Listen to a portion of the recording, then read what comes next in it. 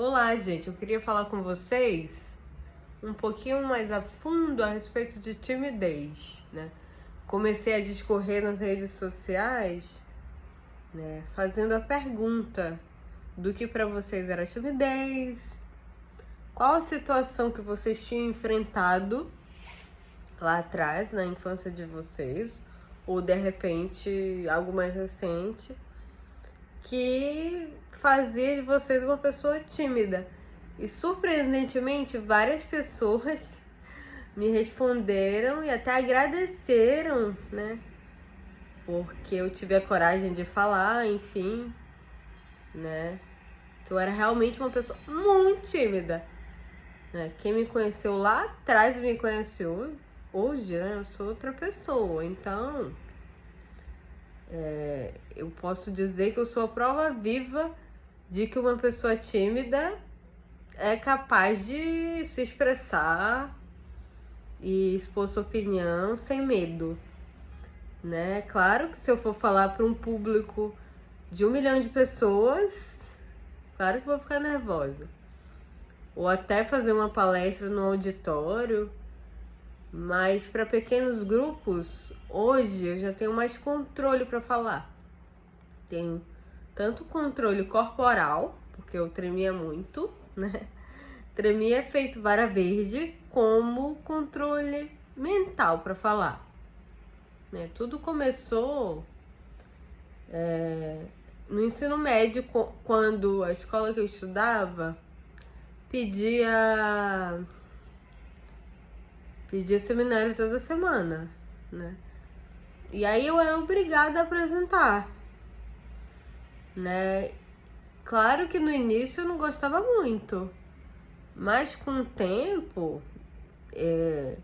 eu fui criando confiança e fui gostando de apresentar, né? A ponto das pessoas na turma sempre falarem: não, a Linda vai falar, né? A Linda tem uma facilidade para explicar, falavam isso. Eu nunca achei, mas eu ficava sempre com a parte de falar, né? E isso foi se tornando natural para mim com o tempo, né? Eu fui gostando de fazer isso, digamos assim. Foi ficando um desafio. Foi um desafio bastante complicado no início, mas depois foi um desafio bom a ponto, né, de com 14, 15 anos eu ser chamada para dar aula, né, num centro espírita que a minha avó frequentava, né? E lá eu destravei de vez, né? Eu comecei a dar aulas, né? Participava dos planejamentos e tudo. Então, eu fui me sentindo mais segura. Então, assim, não tem outro modo de vocês destravarem isso, a questão da timidez, se não for pelo treino, porque pode parecer clichê, mas a prática leva à perfeição, né? Então vocês precisam, vocês que são tímidos, né? Eu também me incluo nessa ainda, né? A gente precisa sempre estar dando a cara a tapa, se expondo, para realmente perder esse medo, né? Isso é um medo que trava a gente. A gente trava, para de falar, ou então sempre pede para alguém falar, nunca quer falar, né? Então, quem quer desenvolver esse poder da fala, isso é muito importante, né? Se permitir viver a experiência de apresentar um trabalho, se permitir de tomar a frente de alguma coisa, liderar um grupo, né? Eu sempre gostei de estar à frente das coisas, né? De liderar grupos. E aí, só que eu fui descobrindo isso com o tempo, né? Como eu era muito tímida, eu não tinha coragem nem de falar o que eu queria fazer, né? Quanto mais saber o que eu queria fazer. Na verdade, até hoje eu tenho muitas dúvidas em relação a muitas coisas, né? Mas eu tô falando no âmbito comunicativo, né? De fato, eu melhorei muito, ainda tenho muito que melhorar, né? Mas pro que eu era, nossa. Então, você que é tímido, você que é tímida e acha que não tem capacidade para apresentar um trabalho, se expor, porque tem profissões que a pessoa tem que se expor mais. Treina isso que vai valer a pena e você vai colher os frutos no futuro. E cada vez que você faz, isso vai se tornando mais natural. Isso pode parecer óbvio, né? Ah, é óbvio, né?